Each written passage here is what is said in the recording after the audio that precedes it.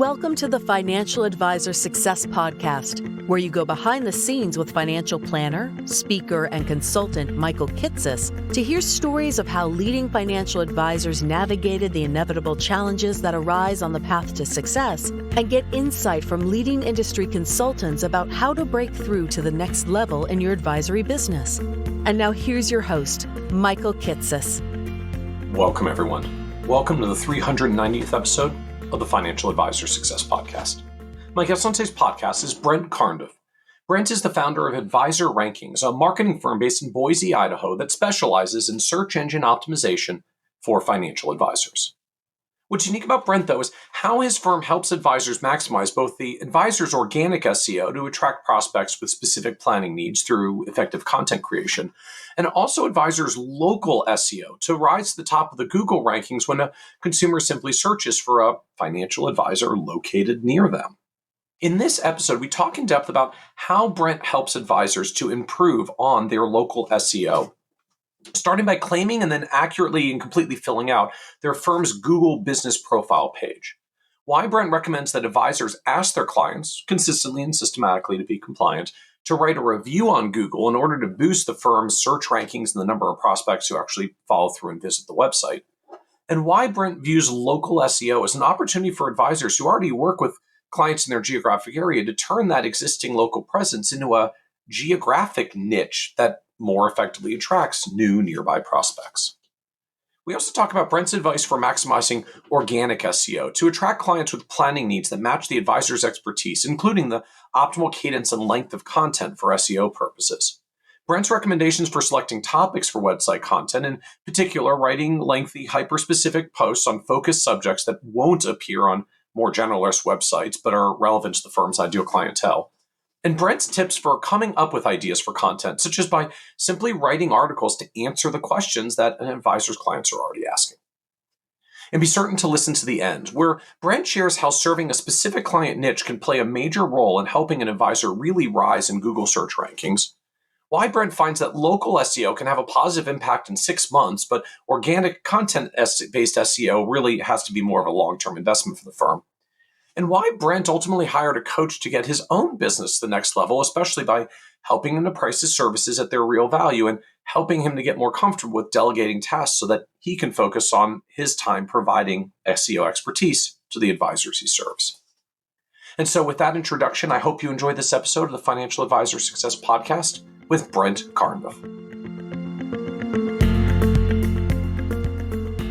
Welcome, Brent Carnduff, to the Financial Advisor Success Podcast.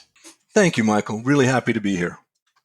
I appreciate you joining us today for, I guess, an opportunity to get to nerd out a little bit on marketing, which, as many listeners know, I love doing from time to time. So bringing on some folks who are not advisors directly, but consultants, experts that work with advisors. We do that across a number of different topics, but as a little bit of I guess, a marketing nerd and a digital marketing nerd in particular myself, I always appreciate an opportunity to get to nerd out on marketing a little, and particularly today in talking about SEO or search engine optimization. For those who aren't familiar with the label, we'll get more into that in a moment. But this whole idea that there really are people who go to the internet and type out, like financial advisor near me, and then pick the advisor that comes up on the Google search, reaches out to them and says they want to do business, or at least looks at their website and decides if they like what they see and decide to reach out and do business. And I've talked to so many advisors over the years about that who basically either look at me like I have two heads, or just outright say, I've had a website since 2003. I've never gotten a single client from it, and have to have a slightly awkward conversation of like, well, maybe that's because you're not doing it well. Like, that doesn't necessarily mean no one gets results from Google search. In fact, what we see in our marketing study that we do on the Kitces platform every other year is that there's actually a lot of advisors who are getting growth from Google, and the number is growing. And so I'm really excited today to get to talk and nerd out a little bit on what really is this whole SEO search engine optimization thing. How does it show up for advisors? What are the versions that actually work and do something? Because not everything works for everyone. So just Brent, appreciate you joining us today. So we get to talk SEO for a little while. I'm excited about it, Michael. I hardly ever get to nerd out with others interested in SEO. Usually it's a painful expression I get when I start talking about it, but it's true. People do search on the internet and click on and find providers for all kinds of services, including financial planning. So I think there's a lot of things that are people misunderstand when it comes to SEO. Just think about it in the context of this or digital age that we're in. Pretty much any problem that crops up in my life at this point in fairly short order, I'm gonna pull out my phone and type my problem into Google and let it provide some suggestions, some answers. Sometimes I'm just literally looking for a provider, good plumber near me or whatever it is. Other times I'm like, okay, I got a problem, and I'm looking online to figure out what my problem is and what I'm supposed to do about it in the first place. I think I have mice in the attic. What should I do? And I'll end out with a bunch of articles that are, helpful guides about what to look for that not coincidentally are usually on the website of a pest control company. Right. And says and if you need help with the mice in your attic, we have a service Yes. for this. And I've heard so much discussion over the years of, well, that doesn't work for financial advisors because I've never gotten a client through my website, that it had bothered me for a long time to say, why wouldn't that work for us as well? Really, consumers look for basically everything known to mankind on their smartphones that are accessible for them 24 hours a day, 7 days a week, 365 days a year, because we all have phones within 6 feet of us at all times. Yet somehow magically no one searches for a financial advisor online. Right. No, and we get data on how many searches. It's a little different for financial advisor than a lot of other service providers. Obviously, if somebody's searching for red tennis shoes, they find it, they buy it, they move on. Other service provider, pest control, that's something you need immediately. And so, they find you, they click, and they move, the transaction moves forward. Even attorneys, if I'm in an accident and looking for an attorney to help me with that, my sales cycle is pretty short. Financial advisor can be longer, and you really kind of divide it a little bit there, the difference between local and non-local SEO. If somebody's searching financial advisor Boston, that's going to be local. Financial advisors typically, those broad terms kind of are local search. They bring up the map pack and stuff like that. And those tend to have a chance to be a little bit shorter sales cycle. Somebody's might be looking for a solution if they're just searching financial advisor Boston. If they're searching how do I set up money to pass along to my grandchildren, it could be they've got that problem. They may open 6 or 7 different articles and go to different sites, but they are a potential long-term, they're potentially a client. If you're doing something to bring traffic into the website, so often it'll come and go and you never know. Now, one of the first problems I see is most often advisors aren't doing anything to bring traffic to their great website. And a website won't do that by itself. So you need one of the spokes, social media, SEO, paid advertising, something like that. But even once you bring traffic to your website, you've got to be able to capture that traffic, stay in touch with them, drip email out to them, so that over time, once they start to realize that it's a bigger issue than they thought, or you are someone that can help and they are starting to trust your word a little bit, they can reach out to you when they're ready. So recognizing that most advisors do not live the search engine optimization world, right? And I'm excited to nerd out a little, but I don't want to make everybody's eyes totally glaze over.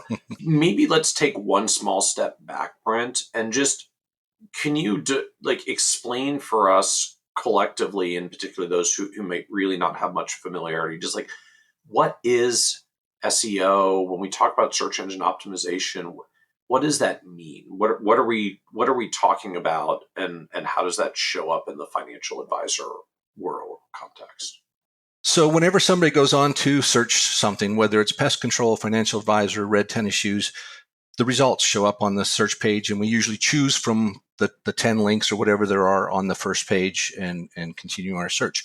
So search engine optimization is setting up your website, the signals on your website and around your content so that you have a better chance of showing up in that first page for those search results for the keywords that are relevant to your business. Okay. And I feel like that leads to the next question. Like, so what are consumers actually searching for that gets me clients? Yeah. Because if they are looking for me and they put, Smith Financial Planning or whatever my firm name is, like, they usually find their way to me already because I'm Smith Financial Planning. So what are people searching for that we're playing this game? Because I can just, give them my business card, or the accountant can refer them to me in my website. Sure. And so for those of you, and I'm going to age myself here a little bit, those of you that remember phone books, what you're talking about, Michael, right now is the white pages. I know who I'm looking for. I just have to figure out how to contact them. So what SEO is the yellow pages. I know I need a financial advisor. Or at least I want to find out if I need a financial advisor. I don't have an advisor that I'm ready to contact right now. I don't have, the referral or the accountant or whatever. And so I'm just looking under financial advisors to try to find an advisor, sometimes near me, sometimes not. Often it is. But so they're searching for answers to a problem they have, or they're searching for a consultant, a financial advisor that can help them provide those answers. And they don't have somebody in mind yet. So it helps with discovery. Well, and I've long been fascinated by this, just actually playing around in the Google ecosystem. And there's a tool out there called Google Keyword Planner, where you can actually enter in search terms, and it will tell you not only literally how many people search that, the exact thing that you typed, but given Google's slightly creepy nature of figuring out what you meant to be asking when you were asking for it, we'll give you a couple of dozen other similar and related searches as well. People who ask this also often ask for ... and can show you what those are. And the thing that has blown me away as long as I've followed this space is that, aside from just generic definitional things, like literally searching for, find just the words financial advisor, because you're trying to figure out who they are or what it means or what they do. The number one keyword for people looking for something financial advisor related online is financial advisor near me. Right. Those 4 words. I mean, it is so far above anything else, tens and tens of thousands of searches every month for those 4 words. And the first time I saw that in the data, I was I don't believe that. Come on, you have to we have years of experience in all these specializations and capabilities. Please tell me that the primary way that you choose who's going to manage your life savings is something beyond whether they're geographically convenient to your home or office, right. Or wherever you're typing the search to type financial advisor near me. And then I realized, if you look at almost any find an advisor search platform, the first criteria that typically comes up when you go to one of those, or CFP Boards, Find an Advisor, NAPFA, XYPN, Garrett, all those tools, the first thing that people get asked is, where are you? Right.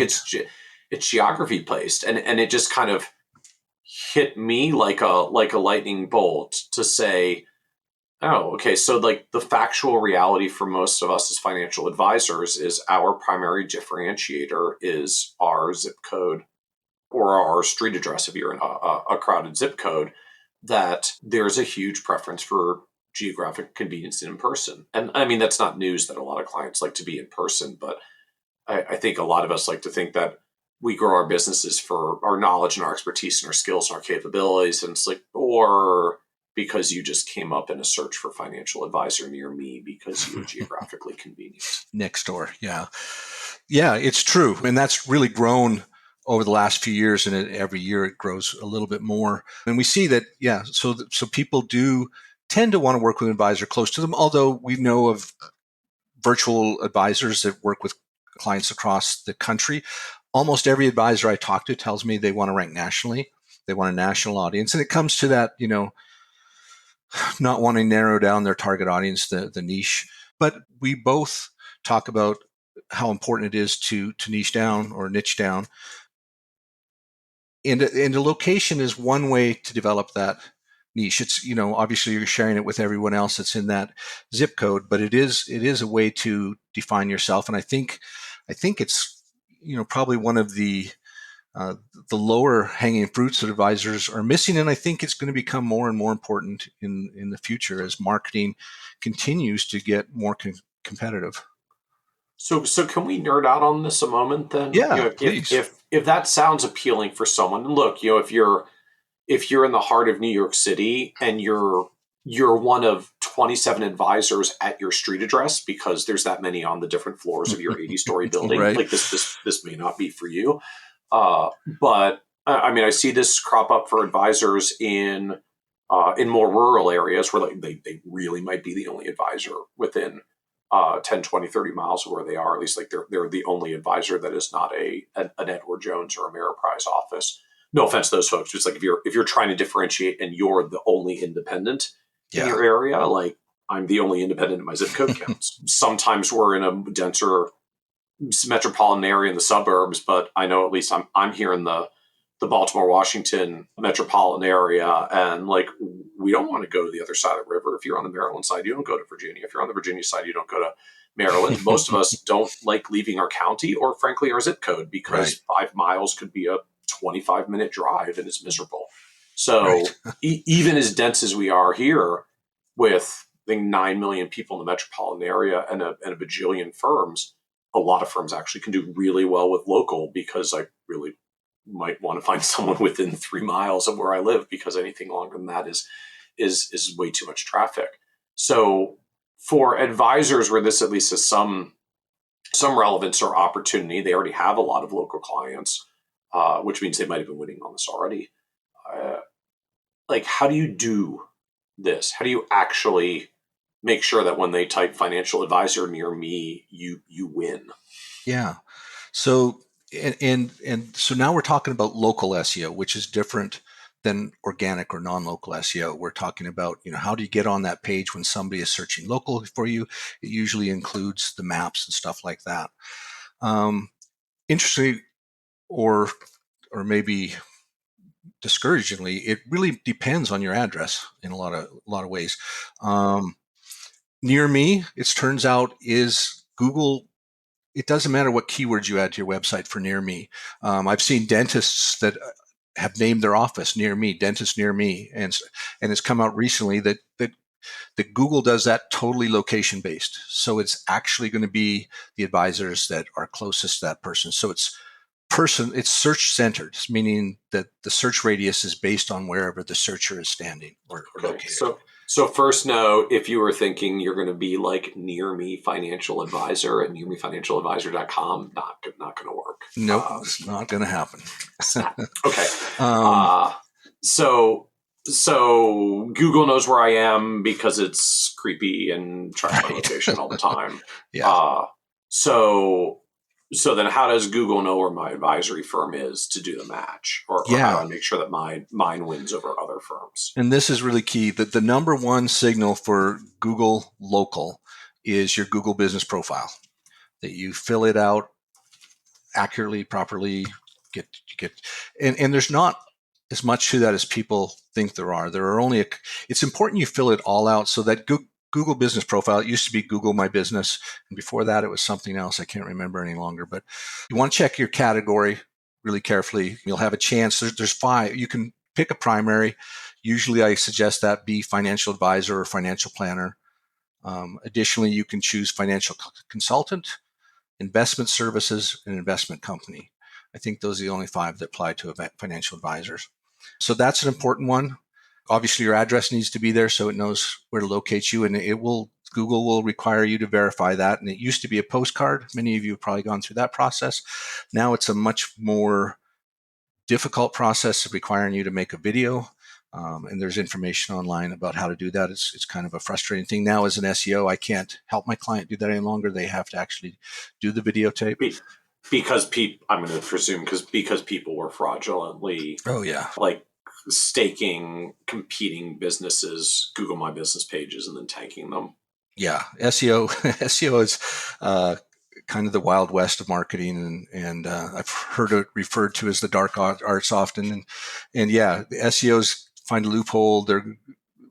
The industry, there's so many people in the industry that they'll abuse it until Google shuts it down. And so it has been done enough that they've made it more difficult to verify or require, I guess, a more personal contact to verify. So how do I just do this? I mean, am I Googling set up my Google business profile?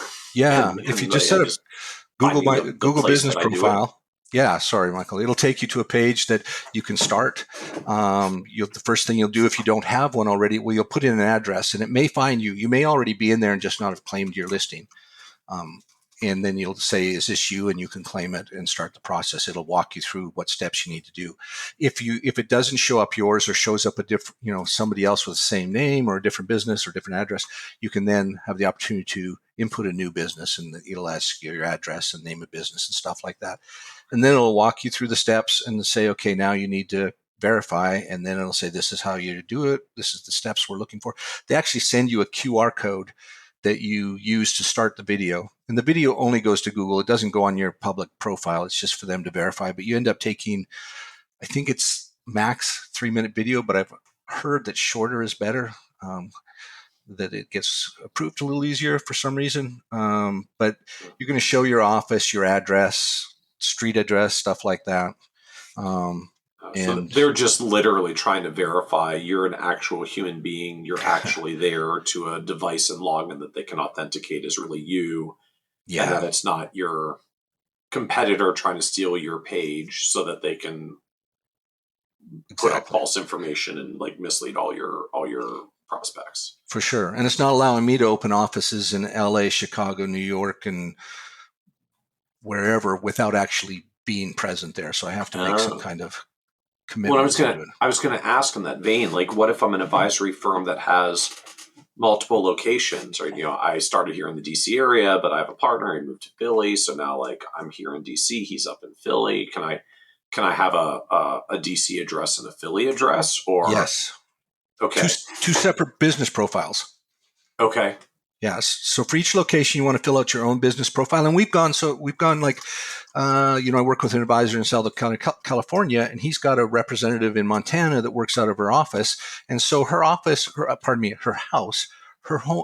is her home office. So she can set up a Google business profile for that. There's a little box that says, do you want your address to be public or not when you sign up for Google business profile? And you can just check that if you don't want people showing up at your door. Okay. But if I check my address is not public, Google still knows where I am when people search financial advisor near me. That's kind of the hook of this. So I can keep my address private, but I still get the near me geography benefits of this. Right. Yep. Okay.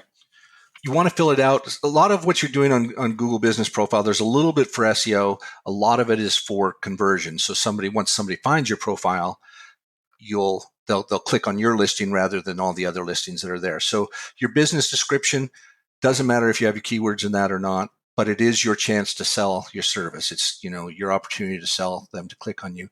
Same with date. I see your opening often left empty. But if you look at if you do a search on Google for financial advisor in your area, quite often it'll say, underneath the listing, it'll say 10 plus years or 20 plus years.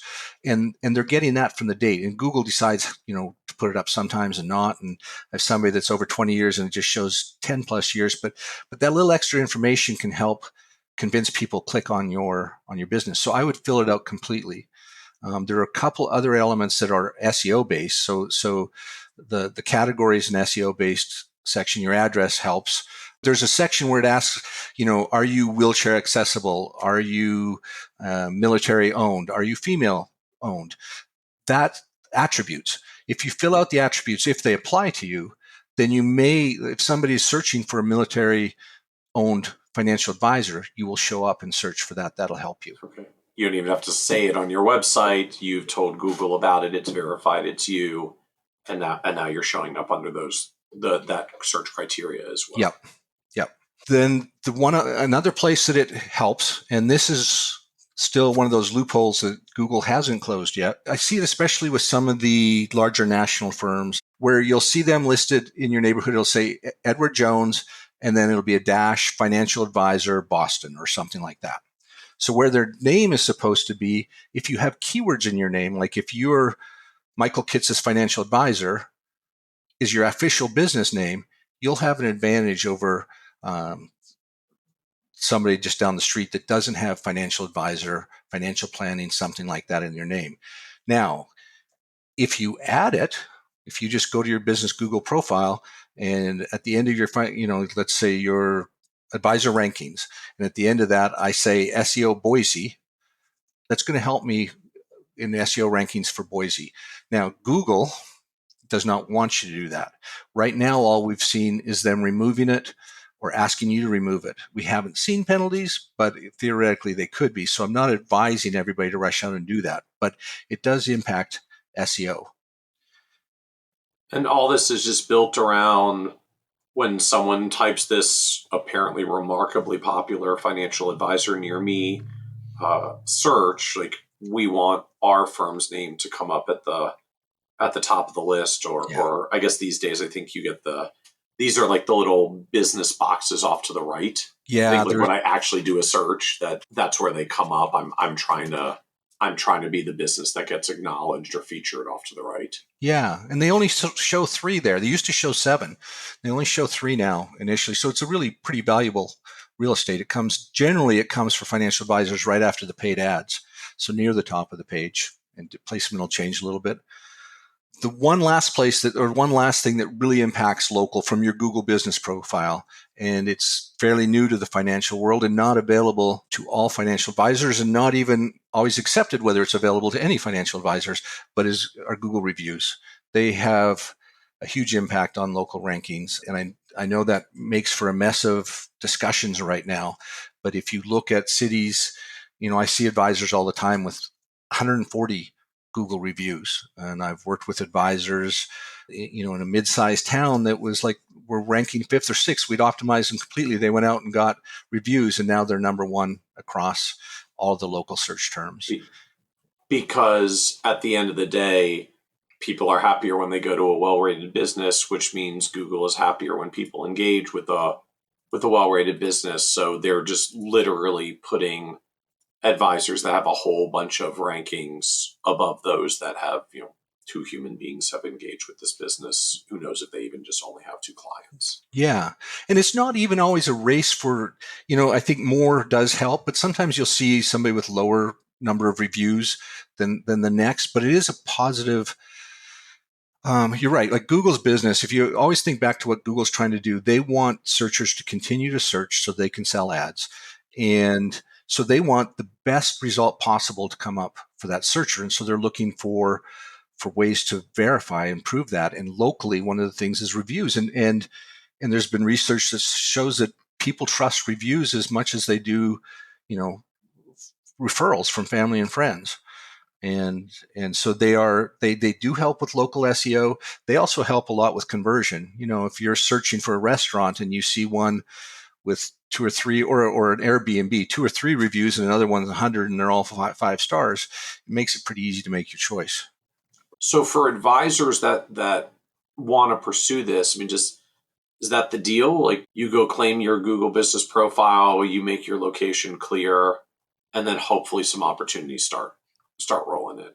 Yes, that's the starting point, the tip of kind of local SEO, but that's kind of the minimum you need to do to be able to rank there, depending on your community. And again, you mentioned, I think, that talking about different size of communities, if you're in a bigger city, probably reviews are going to become a bigger issue. And it tends to be the first review is, I think, the biggest. It seems like there's a big drop off between 0 reviews and 1 review. They want to see that you're doing business with somebody, I guess. Okay. Very cool. And I guess this is a whole domain that has opened up since the SEC marketing rule came out and said, yes, you actually are allowed to have third-party review sites. You're allowed to, encourage clients to leave reviews as long as you do it consistently for all of them and don't Right. cherry pick clients and all that. Right? They've got to be objective. Not I just went to my top 3 clients. And Right. and if you want to actually talk about your reviews on your website, there's a bunch of different additional disclosures. If you're going to market like I'm a 5-star Google reviewed advisor, but Right. but just literally encouraging clients to leave reviews. I've seen advisors do it like their, the closing message in their annual review email is, great to see you at the annual review. If you continue to appreciate your services, it would be great if you could leave us a Google review. Click here to leave the review. And just like it's part of their standard template, so every client gets it, so you can show regulators that every client's getting it and you're doing it consistently and not cherry picking. And then you can start to accumulate some reviews on a business profile page you've claimed. And then hopefully Google starts sending some interested parties your way. Exactly. And as you said, it doesn't happen without asking people. I mean, advisors once in a while will get a review. I come on to somebody that hasn't asked for it and they might have one, but typically you have to ask for these reviews and people are used to it. They get review requests from everybody. They understand it's a way to help you grow your business and that it's a necessary part of the economy anymore. And I think the email at the quarter review is a good way to do it. There's actually a link you can go to. If you go to your Google business profile on Google, once you set it up, just put your business name in. There's a little place that says get a review, I think it is, or ask for you. Anyway, if you click on that, it'll open up the review box right away, and you just take that link and you can send in the email, and then it saves some hassle. Now, one of the issues that comes up with that, well, there's several with the new marketing review. First of all, you've, I'm sure, heard the same arguments I have. Some are saying that it's still not okay for you to get reviews the way they read it or their compliance officers read it. Others feel that it is okay. And then, of course, even if it's okay, that's SEC mandated. A lot of the states still don't allow that for advisors. So Correct. Some state-based advisors still have a bigger challenge if you're in a state that hasn't adopted the SEC marketing rule by default or by proactive action. You're technically still subject to whatever that state's marketing rule has been all along, which may or may not allow something along these lines. And you may know more than I understand that some of the states have changed over. Some are looking at it, but I think there's still quite a few that have not. Yes, there are still a number that have not. Some because they're just slow to update rules because they've got a strange rulemaking process in that particular state, and a few because there are some state regulators whose views when the SEC pushes the envelope forward is to say, great, let's see how it works out for the SEC over the next couple of years. Right. And if it turns out everything's okay, then we'll allow it in our state. And if it turns out that they missed something or screwed something up or created a new problem, because it turns out sometimes regulation has unintended consequences, we'll let the SEC deal with that and we'll do it in our state. Yeah. And I do hear that too, even from individual advisors. We're going to wait and see, but it puts those state registered advisors at a disadvantage marketing from an local SEO perspective until they're allowed to do that. Their hands are tied a little bit. Because a larger SEC registered advisor in the same state can do it because they're right up the street. Yep. But they're not subject to the state regulator because they're over 100 million and they're SEC registered and the SEC said they can. Right. Yep. So for advisors who are listening and want to try this, I mean, I feel like it's fairly straightforward. You go claim your Google business profile, put in the info, do the little verification thing to prove it's really you and no one's hijacking your site. In theory, you're up and running with that. If you want to go one step further, do a client-wide ask to leave you a review and share some feedback about your services. Or for the occasional advisor I know who's concerned about doing that, do a client survey and make sure your clients are really happy. And then if your clients are really happy, do a message to all your clients to ask them to leave a Google review if you just want to sound it out first. If you've got high retention rates, you probably don't have a problem here, but teach their own if they want to double check. Right. So is there anything else for advisors who want to get up and running and try this tactic out? Yeah, no, from a straight Google business profile, that's really it. One thing to understand, and this is a hard part with Google, it is still searcher centric when you do local, so it can overlap, but typically you're only going to, unless you're in a small area, you're only going to be able to rank where your zip code is, and probably only a portion of that zip code. Chances are you will not reach the map pack for anything other than just your zip code, or maybe just over the neighboring one, depending where you're located. Yeah, I mean, I was going to ask like how broad the search is, because I'm envisioning someone now that's like, oh no, should I have built my office on the other closer to the nicer housing developments? Did I like pick the wrong street address where I rent or lease or bought a building? Like how finely tuned is the location? Yeah, it's How pretty. small of a bubble am I creating around my office address, because I'm going to apparently give Google my actual office address? Yeah, depending on the area and how competitive it is. I'm thinking of our grid will be 15 by 2 miles, so probably 30 to 50 miles, maybe, if it's not too busy. If you're busy, like I look at downtown, I think it was San Diego, the financial area, they don't go a long ways because they bump up into so much competition all over the place. So, Sure. But I yeah. mean, when you're talking about numbers like it might quote unquote only be 30 miles, I'm like, okay, I mean, even dense DC suburbs area, I mean, nobody will drive 30 miles Yeah. for an advisor Yeah.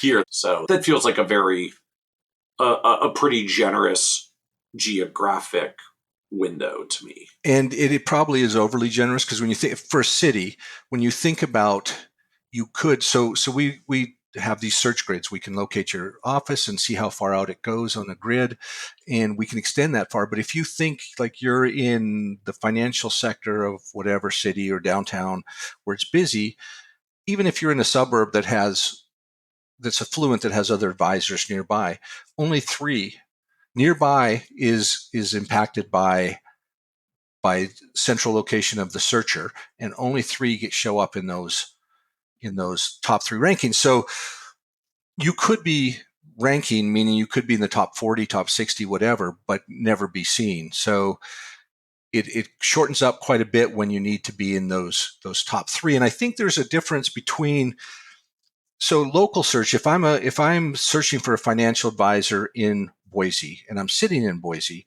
and I just type financial advisor, it's going to bring up local search results.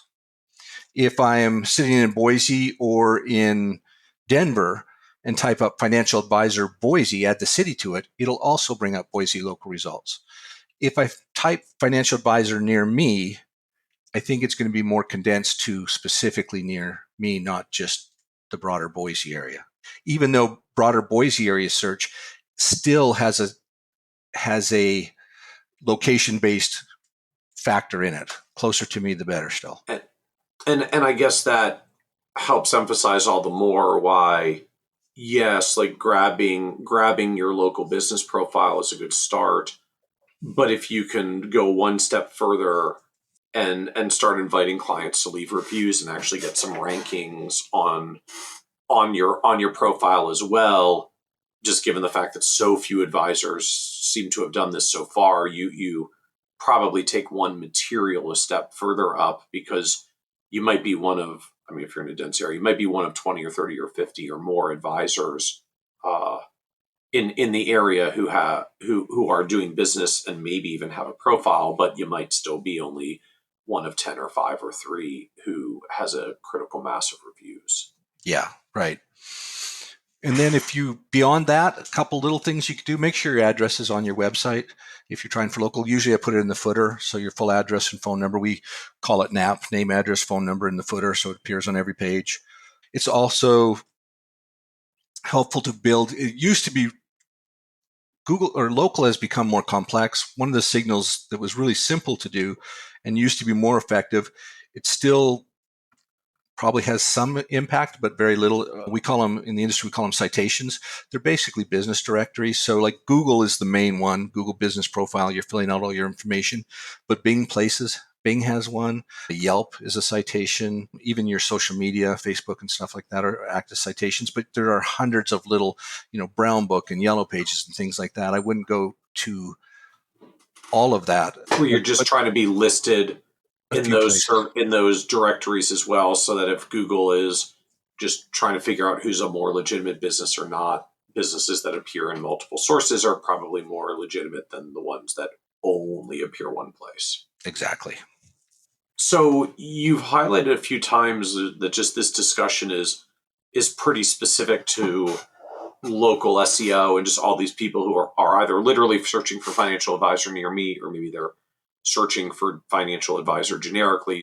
So what's the other version of SEO that's not local? Yeah, so today I'm referring to as non-local, but we really call it organic, and there's a couple places it comes. It's the blue links that appear below the ads and the local listings if they're appearing there. So there can be local organic. So if, for example, when I said if you're living on the outskirts of, if you're living in Baltimore and want to show up for Washington, D.C., you could write a great paper addressing how you help people in Washington, D.C. Save all their money and have a great retirement. And that possibly could rank not in the map pack, but in the organic listings below for Financial Advisor Washington, D.C. So it's a difference. Now, the other thing you do, getting away from local, anytime somebody searches for a solution that's not one of those broad terms. Like when I say broad terms for local, it's financial advisor, financial planner, wealth management, retirement planning, estate planning, basically the main title and the CFP. When you get away from that, so somebody's searching for a niche, they're searching financial advisor for physicians, or financial advisor that, what was the one? Chick-fil-A. I heard on Yep. Yeah. Yeah. Panda Wealth, Daniel Mnuchin team are all in on Chick-fil-A franchise owners. Yeah. So if they're searching very specifically like that, and there are some markets that do, they don't search for every market, but some do that, then they're not going to be brought the local results. They're going to be brought, the top ones that are ranked for financial advisors, that are ranked for serving physicians or musicians or whatever it is.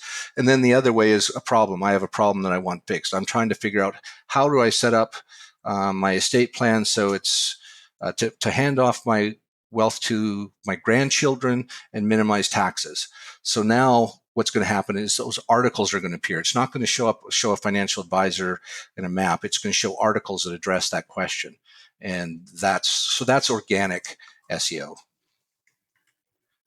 So help us understand a little more than what we would be doing to get an outcome like that. If I am financial advisor for physicians, or frankly, most commonly for folks who are listening, financial advisor for retirees would probably be our number one in this context. So, what would I be doing if I want to get results, get client opportunities for people searching for that? Yeah. So the first thing you have to do is figure out what people are searching for. So the most common thing I hear when I ask potential clients who their target audience is, it is people 5 years away from retirement. Okay. So let's say we targeted that, which, because it's so broad, is a very, very difficult niche to hit. That's the client that everybody wants, right? So nobody's searching, or very few people are searching 5 years within retirement. So that's not going to work. That's not a keyword. If we know you. So sorry. I just want to be clear. So it's not that like people who are within 5 years of retirement don't use Google. The point is just like no one likely really types into Google financial advisor for person who plans to retire in the next 5 years. Exactly. That might be who you're going for, but no one.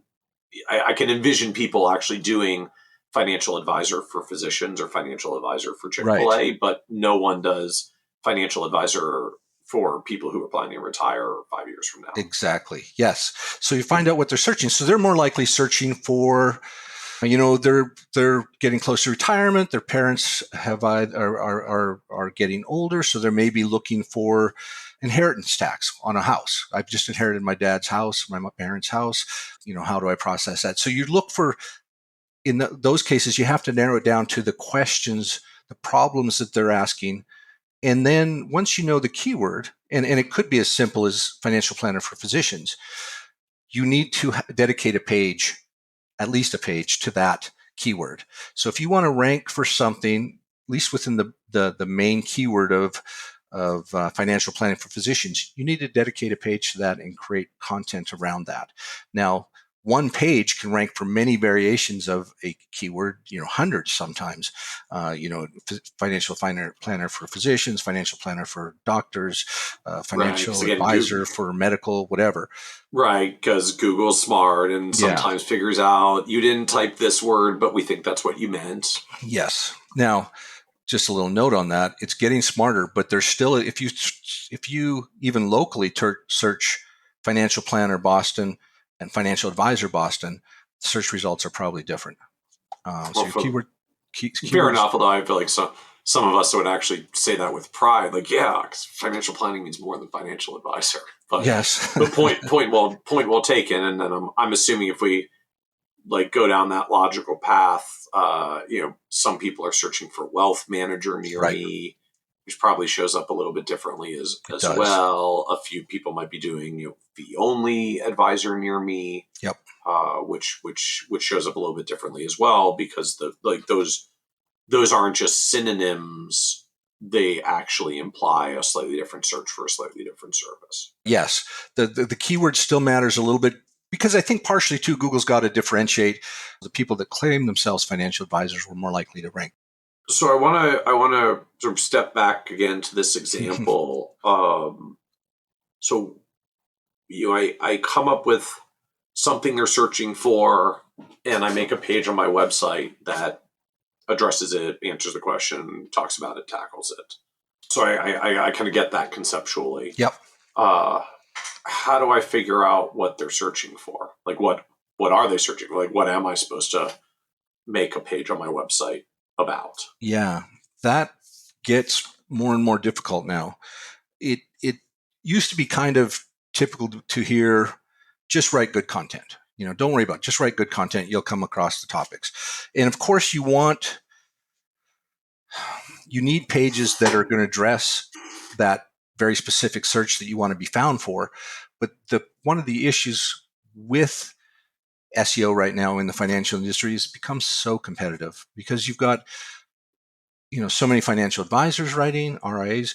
You've got personal financial blogs, and you've got, of course, the major media companies that cover all the the basic stuff that you're trying to outrank Investopedia and stuff like that. And that's very, very difficult. So there are things, we do very in-depth keyword research and try to find subjects that'll reach your target market, but also that you can rank for. Now, taking that back a little bit, I think if you think about your services, it's a good idea to have content relevant to all your services. So if you're doing retirement income planning, so you've got your retirement income planning page, probably have a retirement planning page that links to a retirement income planning page. And we call it pillars and clusters. You have a pillar content that is the main topic, and cluster content, which is the smaller articles around it. So you've got your retirement planning, retirement income planning. Now clusters around that, you've got Social Security, you've got retirement savings, you've got other sources of income, taxes, those things. But each of those can be broken down into smaller topics. That's a lot of work, I know. To find keywords, if you go to something like Google Keyword Planner and type in what you want to do, you can find some things. Then if you search that term, you can see if financial advisors are showing up for that term, or if it's all just major media companies. And then it gives you an idea of whether you could possibly rank for it. What you're going to find is you're going to have to go to narrower and narrower and narrower, more specific content to really rank, to be able to rank for the topics you want. Sometimes we use shoulder content. So we want to be somebody to come in for our retirement income planning. It's a really competitive word. We're never going to get that. But we have that page because that's the copy that's going to sell our prospective client when they get there. But we find smaller subtopics to write articles about that we can rank for, bring them in on that subject, then send them over to our retirement income planning page.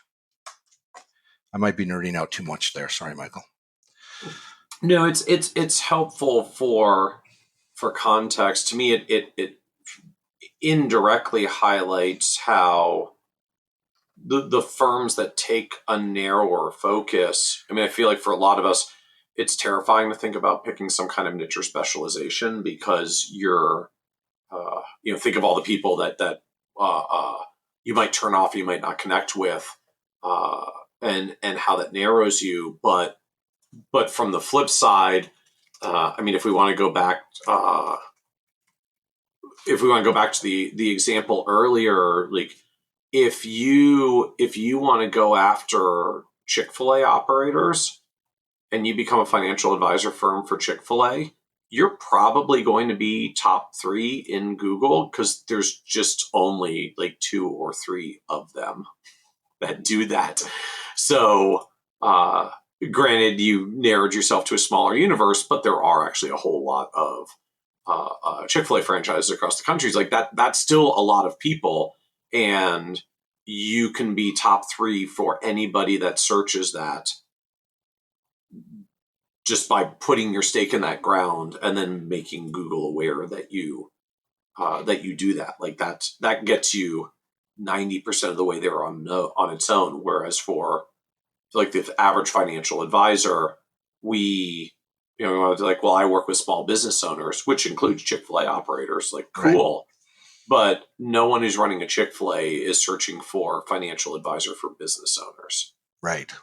Because it's too broad and it's not relevant enough for them anyways. Either they're searching for financial advisor for Chick-fil-A operators, or they're just actually looking for tips on how to manage their Chick-fil-A more profitably as a business owner. And they're going to read, Chick-fil-A business optimization advice. I don't know what that is or what those things are out there, but we write content on financial advisors optimizing their businesses, and I can tell you there are definitely financial advisors looking for that. So people do show up for that content. Yeah. Right. But it'd be like the context of that is it all starts with picking a thing that's just not crowded in the first place. Yes, thank you. Let me pull back a little bit. You're exactly right. So a niche is really important for SEO for ranking beyond locally, and we have that same discussion. I know that you're very pro niche, and for SEO you almost have to be local. Can be part of that niche, but secondly or separately, have another one. It used to be that financial planning for women was a niche. Financial planning for professionals was a niche. Business owners. That's no longer enough. You're still in too broad a subject area. You need to pick a specialty, pick a certain hospital, pick Chick-fil-A or another major firm in your area. And the more narrow you get, the better chance you have of reaching that target. And on the plus side, it is a smaller group of people, but I think the same is true of local. If you're finding those people that are searching, financial planner for Chick-fil-A, you have somebody that's further along the sales cycle, more likely to engage with you than somebody that is just searching generic questions. So does that mean, just for advisors who are listening, I guess, how focused do I have to be before this is just not realistically worth my time? Right. Like at some point it's just like, or I can go do seminars or webinars or build relationships with centers of influence or all the other things that we do as financial advisors to market. Like how narrow do I realistically have to be for this to be a good idea for me to spend time on? Yeah, that's a good question. And I say all of that with the idea that it's narrowing more. So I still am helping financial advisors get found by physicians, and that's general enough. But it's, as I see financial advisors hearing more and more often that they need to find a niche, more of them are choosing the same niches: business owners, physicians, and I think those are still reachable now. They're getting more challenging, but because even financial advisor for physicians is actually probably getting more crowded now. Yeah, it is for sure. And so you're going to have to start looking even in more detail. And some of that is, go to a specific company. I know an advisor that's doing well SEO wise. And you mentioned webinars. What he's done is done webinars for very specific tech companies and then made that webinar a blog post with content and optimize it and stuff for the keywords that he's talked about. And that's now an SEO document that's ranking for him. But he did it,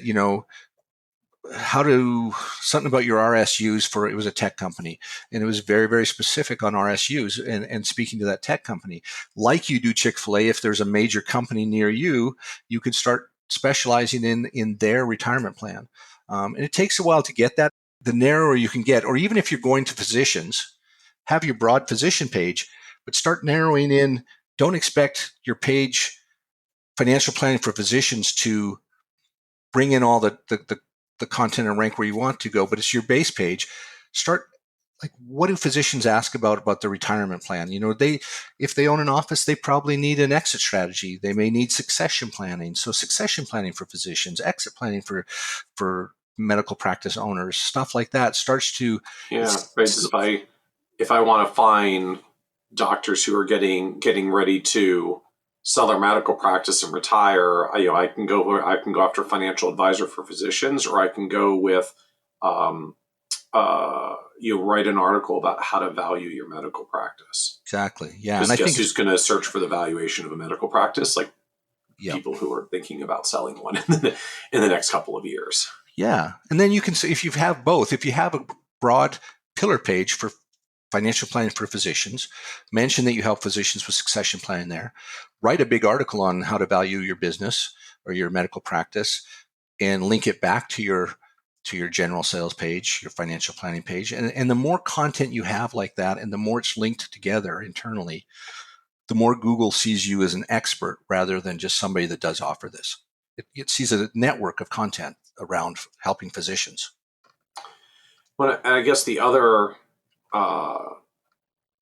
takeaway on this as well is,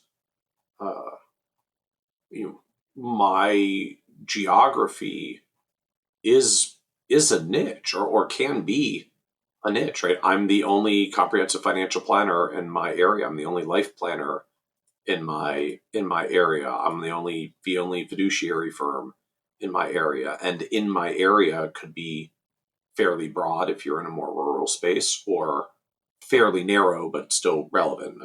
Again, I think of like our density here in the DC area. If you're the only one within 5 miles, you've got tens of thousands of people and no competition.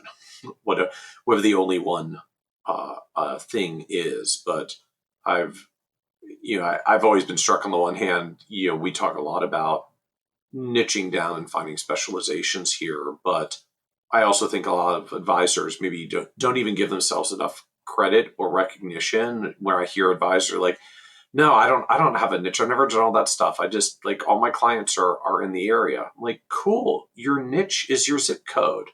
Like, that's okay. That's totally fine and acceptable. Like, lean into that. Okay. If all your clients come to you locally, have you made sure that when they type financial advisor near me and you're in their zip code, that you are the one that's coming up?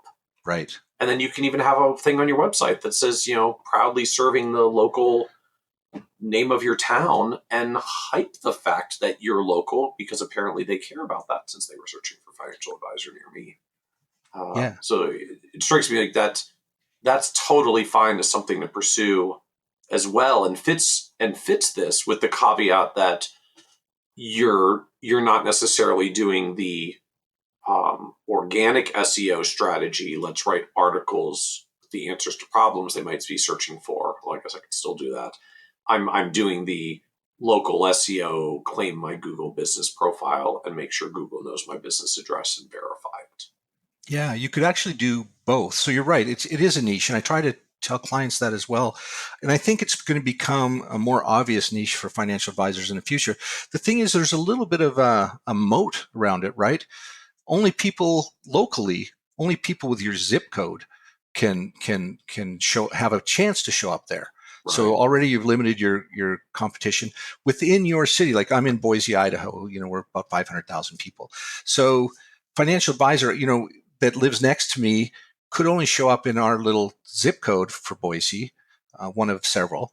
But if his website had, as you said, in the title, serving Boise, if they put it in the title tags, if that was, and they put it within their content, that helps in their local, they could appear in the organic as well. So they have a chance to show in the local for the broad terms, estate planning, financial planning, wealth management. But, how about how to I don't know, write specific articles to Idaho tax measures, write specific articles, inheriting a house in Boise, here's what you can do for taxes or whatever.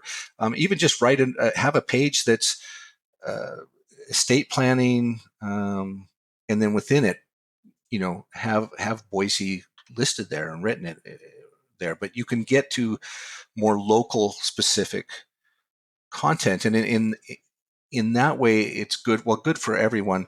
I mentioned citations a while ago. The citations that are still helpful, that are smaller, are local ones. So if you can look at Boise business directories and put yourself in there, or if they're financial planning related, those help as well. So for advisors that pursue something like this, just as you've been through this with firms where you implement it for them, I was helping to understand, like, if I go this path, how long does it take before I get to see some results, and what kinds of results are realistic to expect? Like, help anchor my expectations here if I'm thinking about this. So with straight local, if you're just looking locally, it can happen a little bit more quickly. If you set up your stuff. Now, there's always... Now, what does more quickly mean? Like, I don't have any context for what not quickly would be. So if you're trying to do it through a content strategy, more organic, reaching national, reaching your niche, kind of a typical process. It depends on a number of things. First of all, where you're starting. So Google wants to know what keywords you're related to, financial planning, retirement planning. They then find all those pages that are related to financial planning Boise, and then they want to order them in perceived authority. And there's a number of authority signals that they use. And then that's how you rank. And so part of it is where you're starting now. Like, have you been existing for a while? Does your website have a number of years on it? Have you been producing content for a while? If so, your authority is probably higher than somebody who's just starting out. So all of that is an advantage, the authority signals. Locally, we worked with a client in Massachusetts and got them going. And they were well established. They had some content, but they got their first local client relatively quickly. I think it was within 6 weeks. And you can see local change that fast. So I would say, like, within certainly less than 6 months, you'll see kind of where you're going to settle out and if you need to do more. And then it gets a little bit more tricky. Now, when you're going with content-based, it depends a little bit on content velocity too. The more that you publish, the faster it'll happen. It's got to be quality content. And a long time ago, you could publish all kinds of garbage and get rankings. Google went and very much enforces a high quality level, but the faster you have more high quality content out, the better it is for you. Typically, I tell our clients to expect between 12 and 18 months, maybe up to 2 years of content at two articles a month kind of thing. Yeah. With 2 articles a month. So, like, you're putting out a lot of content. Yeah. And that's starting fairly new to it. If you're starting mid, you could probably take a little bit off, but I think a year is I would be reluctant to predict anything under a year. So I'm just struck by this as well. Like, local, okay, take less than an hour, claim your Google My Business profile. It's a Google profile now, they don't call it that. Claim my profile, set up my info, do my little video verification, and I might get a client in the next 6 weeks or 6 months. Do it organically, and I have to write like 2 articles a month for 2 years to get results. I'm actually very passionate about content-based SEO, so I don't mean to be negative on it, but those are really strikingly different parameters. Certainly. Now here's around how quickly you may be able to drive results. Definitely. Here's the caveat. all of it. So even though we optimize a little bit differently, have different steps for local versus organic, ultimately they kind of combine, and your authority is going to impact all of it. And your authority is more based on organic activity than local. Other than reviews. Reviews is a way to build up authority locally. And in a great organic authority overall, prior to just a couple of years ago, most authority was gained from backlinks, other sites linking to you. So the newspaper likes your article, or another, some personal financial blogger likes your article, links to it. They have high authority. They link to your page. They share some of their authority. Now, anybody that's creating content is gaining links. You don't even know about it, but they do gain over time. Links aren't quite as strong as they used to be. Backlinks aren't. And reviews have given a new sign of authority for local. But still, it is hard to build authority without creating content alongside it. So for me, they kind of go hand in hand. Are there other authority signals emerging that we should be thinking about besides reviews if you're doing local, and backlinks if you're doing content? Not a lot. Thank you. I should clarify that. Links aren't getting less important in an authority signal, but overall, that signal is mellowing out a little bit to other signals overall in SEO. Links are playing a lesser role. Links are still the number one by far, along with reviews on the local side. The age of your website, how often it's being updated helps. The more Google's trying to get where they can signal. The idea is where even if it's not a backlink but a mention, let's say you get it mentioned in the Wall Street Journal but you're not there, they're trying to work towards that. It's not there yet, but there's a hope that they'll bring some real world authority into the online authority scores. But backlinks are still the same thing. There's ways to build backlinks. They're really time or money intensive, resource intensive. I find now, unless you have like a very specific keyword that you've done everything you can, but you absolutely have to rank for it, we can start building backlinks there. But in general, if you're producing good quality content, the backlinks will come with it naturally. Because I just know the market I'm going after, and I'm writing articles about things that they would care about and be searching for, and that tends to find its way to me anyways. Yes. Without your knowing it. Well, I always like it when business comes without me knowing it. That sounds lovely. That's great. So help us understand your journey, how you came to the point that SEO for financial advisors is your thing that you do.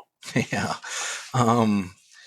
I was a high school an elementary school physical education teacher, high school girls basketball coach for about 15 years, and started looking around at I was actually planning for my family. What do I need to do for, set up a 529, or for at that time it was just generic college savings. And I'd always been interested in stocks and investing. I as a senior in high school, I remember calling I was in Canada, a local advisor, and asking, how do you, at that time I knew him as stock investors, how do you become a stockbroker or investor? And he said, well, the first thing you need to do is have gray hair. And I thought, oh, super. So that was it. I was done with that idea for a long time, and moved on and found other things and whatever. Anyway, so I was reading some article about advisors, and I started getting more interested in thinking, is this something I want to do in my next life? And there was a big article, and I can't remember in what newspaper, but it was talking about how it was a special article. There was going to be a shortage of advisors in the future. And I started thinking, this is something I really enjoy. I could do it. So I went back to school and got my MBA in financial planning, took all the CFP classes. I never took the exam. I was going to become an RIA. And then along the way, I got involved in with a friend, a little recreational kind of hobby sales site online. I knew nothing about, this would be 2008, 2009. Knew nothing about what was going online, but he kind of came, he knew how to build a website. He said, I hate marketing, have no interest in it. If you're going to do the marketing, you need to start doing some reading. And I started reading, Gary Vaynerchuk had just got a book out, and Crush It, and all this stuff that was happening online sounded really exciting, really interesting. And I particularly liked SEO. it's very analytical, very strategic, and it was very much the same stuff that brought me into coaching, that brought me into SEO. And I've talked about this in other places, but there's very much, there's a strategy, there's research, there's things you have to do, steps you have to do. There are clear winners and losers. There's a scoreboard in Google. And so I really liked the SEO side of it. And so I started digging more and more into that and thinking this was interesting. And this friend of mine actually got me my first financial client, and I was working with him while I was teaching still. And at that point, when I graduated, it seemed like I was closer. I actually had a couple SEO clients. I really liked both and wasn't sure which way to go, but I looked at financial advisor and I had to take the CFP, and then I still needed, all the experience requirements and all that stuff. Yeah. Or on the SEO side, I already had clients. I just needed to walk out of my gym and get going. And so I chose that. And I've really enjoyed it. It's been very challenging. There's, Google goes through constant changes. SEO has become more competitive. And I've still dabbled. I thought it was a good combination for me with my background and information and interest in both to work with financial advisors. That seemed kind of like a natural fit. And so here I am. So what is the business offering at this point? Like what do you actually do? What are the services of the firm? What do you charge for doing it? Oh yeah, we've productized it to make it a little simpler. So we've broken up. We do all the foundational stuff. So we go into a deep dive into an advisor's analytics and their Google Search Console, and then we have several tools that we use strictly for SEO, kind of figure out where they're at now and what the best strategy going forward. We help and we break them up. The first few months we break it up into monthly engagements, and so that deep dive is the first month. Second month, depending on priorities, could be local. We'll do everything like go through and check your Google business profile, optimize it, build citations for others, make sure your website's got everything it needs. Another month we'll spend on your website as it is, make sure it's technically functioning as it needs to be, because that's part of an SEO thing. SEO speed is an SEO factor. That Google wants your website to provide a good user experience. Plus, all those, your service pages need to be optimized for those terms, whether they're going to be local or for physicians or whatever, they need to be optimized. Any existing content you have, at some point we'll go through that and try to get more from that. And we're really effective at that. It's so many advisors are producing content are really, really close to having and seeing results. Sometimes we just need to add a couple sections, 500 words here or there, and it just totally changes everything. What kind of changes? Like, just what are we doing that's so close but not there? Yeah, so Google really likes length, and I think you've figured that out if anybody's read your articles. Yep. They like length, they like expertise, and so quite often, and I totally get it. Writing is super time intensive. I love writing. I'm really slow at it. So it takes a lot of time. And business owners, whether financial advisors or SEO companies, we all have other things to do, wear many hats. So it's hard to spend time. It's easier to write that 300 to 500 word article, 4 tips to better retirement. But even if you find a topic that's really more aligned with SEO, more narrow, I guess, or specific, that 300 to 500 words is probably not going to rank. We find we rarely write anything under 2,000 words now. And so quite often that's it. We can see we have tools that show, this article is ranking for all these keywords on the second and third page. And so what do we need to do to move them up? Well, some of it, there's sections that are missing that, we have tools that show that other articles that are ranking about this topic also cover this subsection and subsection. So we add those, but quite often it's let's find, valuable content, not content for content's sake, but there are sections that other people have written about that we have missed. Let's fill in those gaps. And quite often that's all that needs to be done. And they'll start, move from the third page up to the first page. Interesting. So typical engagements for you are this like multi-month process, 6-month process or something where you just kind of tackle a thing every month? over time and make progress? Yeah. And the one other thing we do is help with create a content calendar. So early on, that's usually one of the first things we do is, if this is your target audience, here are the type of articles you want. And then we write content briefs for them, which is basically an outline of the article. It tells them what the title is, what subsection should be, although they can include others if there's ones that are relevant to their service, and then how long the article needs to be. If they don't want to write it, we have a whole writing staff that can help with that. But yeah, it's typically the first 6 months, and we simply break it up. There needs to be a foundation of stuff for SEO to be successful, and there's enough work there to get it set up that it becomes part of it is it gives us more time to do the work, but a lot of times it becomes down to budget. We can spread that cost over 6 months for the advisor rather than, have it all up front or all in the first 2 months. And so we can speed it up if the advisor would rather spend more each month. We can speed that process up. And it's always month to month. We don't require a contract. After we finish that 6 months, we typically stay on, not always, but typically stay on a month-to-month retainer, helping with content briefs, the outlines, and picking keywords and posting their stuff, and then monitoring. 6 months in, I said we should know whether your optimization for local SEO is working or not. If not, we need to dig in and see what's going on. And so most clients do stay on a year or 2 years, whatever. We like to be a partner in that business, and as long as they're seeing value, we hope they'll stay with us. But not everyone does. Some just get the 6 months in and they feel they have a good feel for it and move on, and that's great too. And how do you price engagements like this? Yeah. So our basic foundational right now is $1,300 a month. That includes one outline, but we don't write any content. That costs extra. And then it drops down, depending on what level of service they need, it drops down to $850 a month to $1,100 a month. After that, $850 with the content brief. The first article, we actually have I'm really proud of our writing process. We've gotten it set where we create some really, really good content. But our first article, because we've already written the brief, we charge $250 for that. After that, each article, that's each month. Each article after that month is $500.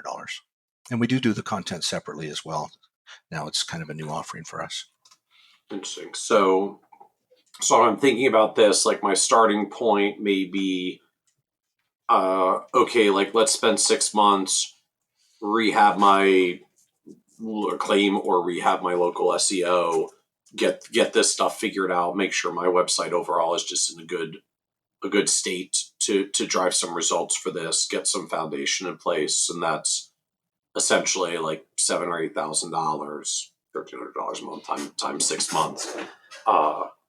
And I could either stop there or I can maintain for ongoing monitoring. But I'm sort of inferring if I maintain for ongoing monitoring, it's probably more likely I'm doing the organic content version of SEO than the local SEO, which means I need to be doing content on an ongoing basis, which means now I'm probably working with you on these content services. Yeah. So that's when I'm talking to you about articles and such. Probably about half of our clients. Right?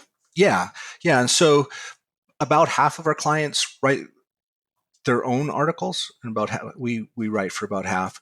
And to go up, if you wanted to, so if let's say you wanted us to write the one article a month in SEO, you're looking at about $1,550 a month for the first while, and then $1,100 following that. And yeah, it's all month to month, but that's right about the pricing. And I think I don't think you should stop after 6 months. Even if you quit working with your company, make sure, like SEO, you have to keep going. Otherwise, everybody catches up and passes. So if you're comfortable writing and know kind of where we're going, that's great. Just don't think you can do SEO for 6 months and then stop. It just doesn't, it's marketing. You have to continue to market your business forever.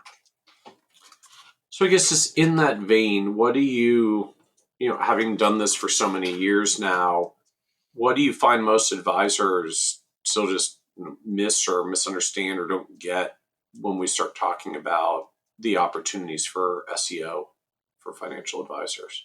Yeah, a lot of it is what to write about. And that's a tough one now. It used to be less difficult, as I've said a number of times, but advisors tend to want to write the articles I see most often are market commentary, which are fine. It's good information. People that visit your site see how you look at the market, see how you do things. For existing clients that's where they get all their information, it's really good for them to see it.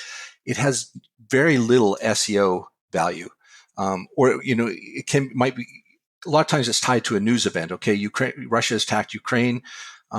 This is what to expect to happen, and so right. I mean, just no matter how genuinely insightful your investment insights are about the war overseas, you're not going to beat CNBC and MarketWatch and all the news sites for anything related to investments and current market news. Exactly. And it's very timely, right? Like, even if you were being found, it's only in the news cycle for 2 weeks or whatever. Right. And then like a year later, it has no value to you. So you want to, and the other one I see is stay in the market type content. So Russia, the market just dropped. Here's why you need to stay in it. Oh, we're expecting a recession. Here's why you need to stay in the market. And I understand that because their clients are saying, do I need to get out of the market? But again, that's content written for your client, which is okay. There's other reasons to write other than SEO, but it's not going to help you with SEO. And then, so the topic is subject area is becoming more difficult. And honestly, it's you want to look at evergreen. So evergreen meaning it lasts a long time. So you find something that people are asking, and you try to put a piece out that answers that question, and when it'll still show up 2 years from now. Maybe now you update it every year, and I think that's a good idea because it's becoming so competitive. But it is getting harder to find those subject areas because you do have to be more and more specific. The other thing I think I really see advisors having problems with, that I see even, we talk about it, be prepared. It could happen faster, but be prepared for a year to year and a half, whatever. And after 6 months, they'll just find another shiny object and move on. And you really have to, if you're going to invest in SEO and make it pay off, you really have to time in the market, right? You have to put the time in the market to make it work. And so don't give up on it too soon. So what was the low point for you in going the path of trying to build a business doing this for financial advisors? I started in 2010. I feel very comfortable in my business right now, but it was a real grind. It started out like most business owners. I knew my service or product, my SEO, but I thought I knew how to run a business. I mean, I had an MBA. I thought, okay, I'm set, I'm ready to go, but I didn't really understand what it meant to be in business. It took me a while to learn. In fact, I eventually went to a coach just a couple of years ago, a coach that for agencies, and it changed everything. My SEO was getting better every year, but finally it took a coach to help me price my product properly, help me learn to delegate. And those are things I'm still trying to work on. I've delegated some, and I realize now one of the things I'm going through now is I need to delegate more. But low point, it was a real struggle. Kind of probably 4 or 5 years in, I started out fast, and I thought, oh, this is going to grow quick, and then I didn't see any growth. And after a while, it was frustrating and disappointing. It was, I'd built a very demanding, low-paying job rather than a business that was going to set me free. You see the expectations all around, quit your job, start your business, become an entrepreneur, follow your passion. And it's any of us that have done it, or for most of us that have done it, it's not easy. It's not something somebody should take lightly. There's a lot of struggles. Yeah.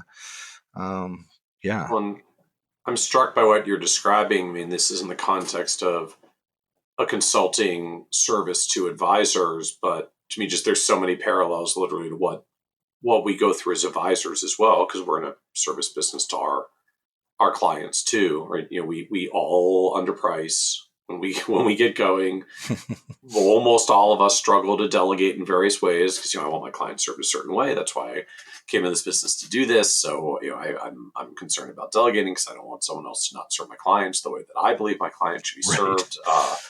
The parallels are striking, including that if you build your firm and price too low, you fill up your client base to capacity, and then you can't afford to hire anyone because you're not actually charging enough to have financial room to hire, and now you're stuck because you can't grow without hiring, and you can't afford to hire to grow.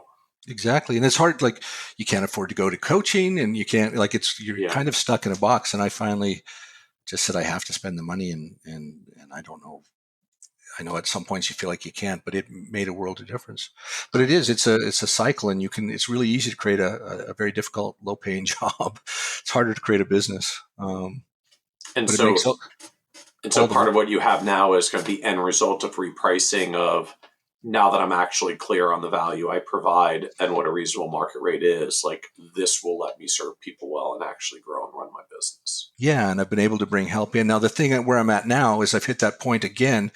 Originally, like, I think I'm like most business, nobody else can do this as well as me. And so I didn't want to hand anything off. And finally, I did hand some stuff off.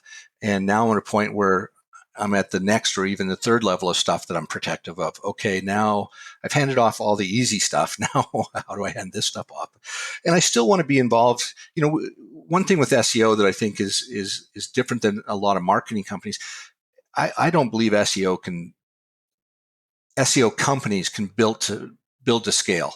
Like, we can't properly service hundreds of clients. There's just no way. So we work with a handful at a time. Right now I think I have 10, usually 10 to 12 has been typical. I'm hoping to build my roster up to 20 over the next year. And so it takes a lot of knowledge. But one of the things that's been hugely helpful for me is taking some of that stuff off my desk and giving it to others.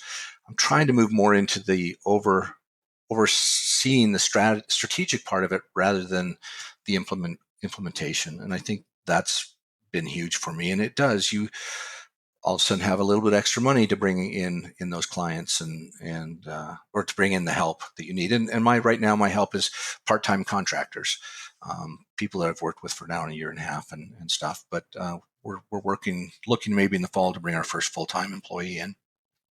And I guess the nice angle as well is, as you noted, there's a segment of folks that will stay on in the long term for the support on monitoring, but others, like, they'll come, they'll do their thing, they'll do their rehab, they'll get reoriented, they'll maintain on their own because now they know how to create the content that serves the client base they're looking for, and they move on. So sort of envisioning you get a pretty steady flow of fresh challenges and cool new advisors to work with, because there actually is like a healthy rotation that some people will kind of do their thing and graduate and move on. Yeah, I suspect it's like advisors. You look for the long-term relationship, but it's not a fit for everyone, and you have some attrition. And that's where where I need to be as the head of the business. I need to be out more marketing, facing our prospective clients rather than working hands-on with the clients quite as much. And I think as a business owner, that's where you need to eventually look to get to a little bit. So anything else like you now about working with advisors in the SEO domain that you wish you knew like 10 plus years ago when you were starting down this path?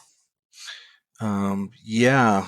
So I do think, I have, as SEO's changed, I've learned a lot, but I know advisors really look at this. Client services and reporting is I always knew is big. It's bigger than I ever expected. It's still something we deal with, reporting each month to make sure that they know that we're doing stuff. And I hear advisors talking all this time. You probably know this statistics. I don't know exactly. It's something like 85% or 75% of advisors feel that what differentiates them is their customer service. And of course that can't be. I read we can't literally, like 75% of us cannot have above average service. Right. There's a book, Unreasonable, on customer service in the restaurant thing, and it was an amazing read. And gives you some ideas of what can be done. Also, that low prices bring in often more difficult clients. Not that they're more difficult people, but they have a lot riding on that smaller amount of money that they have in there. They're not as patient. And I understand that as a business owner, but I think if you price yourself right, you can avoid some of the difficulties that are brought with lower budgets and higher expectations. And so not just that they're price shoppers per se or quote unquote cheap, but just if they're budget constrained, they may be really anxious about getting like the most perfect fast results from these dollars, because if they're that constrained, this might be like a Hail Mary pass for them. Yeah. And that's a tough place to be from a service provider perspective. It is. It's a lot of pressure for everybody involved, including the owner, but us as well. One thing that I find that kind of prevents us from helping, it goes back to delegating, right? Like, I don't want to delegate my business, and I find where we struggle the most to get results is where advisors want to maintain more control over that element. And I understand that they want to hand in their messaging and stuff like that, but they want to do things the way they have always done it, but they'd like for us to get results with them doing it that way. And it makes it really hard. Right. And I understand that whole thing as a business owner, it's hard to let go of stuff, but it if you're hiring, my hope is if you hire an expert, you'll listen to that expertise. And I know advisors go through that too. I'm sure every one of you have a client that doesn't listen to your advice, but comes to you wondering why they're not doing better than they are. Yeah. Well, what's the saying? If you keep doing it the way you've always done it, you'll keep getting the results you've always gotten. Exactly. So if you're trying to get some different outcomes, you do have to be prepared for some changes somewhere. And that's often uncomfortable, right? So any advice you would give younger or newer advisors if they're getting started today and want to make sure they get off on like the right SEO foot for the long run? Yeah, do your local SEO, set it up properly, and then right. Don't. I know it's probably easy after this conversation to say, okay, I don't know what to write about. I'm going to throw my hands up in the air. We find subjects all the time. We get it with an advisor and go through their content and find subject areas that they're ranking for and bringing a lot of traffic in that we never even thought of. So I recommend that everybody do produce content. I'm a firm believer, like Michael, you are, that the content is valuable. It's helpful in bringing people to your website, but even after they get there, it's helpful in converting them, teaching more about how you look at things. Look at the services you offer and break them down into finer points. Write that. Listen to the questions that your clients ask you and write very specific answers about that, but be aware of length. Like if you're going to write a topic, go search that topic, look at the top 10 articles that are ranking for that already, check what subtopics do they include, how long is that article, and then just start producing content regularly, whether it's once a month, once a week. I know, again, more often better, but it's always it'll help in the long run, but understand it is a slow process to getting started. Yeah, I used to get questions for years as we build our platform, like how do you figure out what to write? Like how do you come up with this steady stream of topics that you keep putting out on kitsis.com? And the truth for years and years and years and basically still was nothing more than I write articles to answer the questions that people ask me, and I rank them by how often I get asked. That's great. Yeah. There's a marketer person I've followed since I started, Marcus Sheridan. He wrote a book called They Ask You Answer. He was a pool contractor, and during the Great Recession, and of course, nobody wanted luxury pools at that time. They had relied completely on paid advertising up to that point. And so he just dug in and learned how to write content and produce videos. And now that's what he does, is help other businesses do that. But he basically did the same thing, wrote questions about every question a client asked or customer asked. He would write an article. Now you've got to be worried about length a little bit and stuff like that, but it still is a good starting place, I think, for advisors. And most sites, even the ones that get traffic that I go to, there's just a couple articles, even though they're writing all the time, there's a couple articles bringing in most of the traffic. Yeah. 80-20 rule Yeah. holds up pretty much everywhere. It does.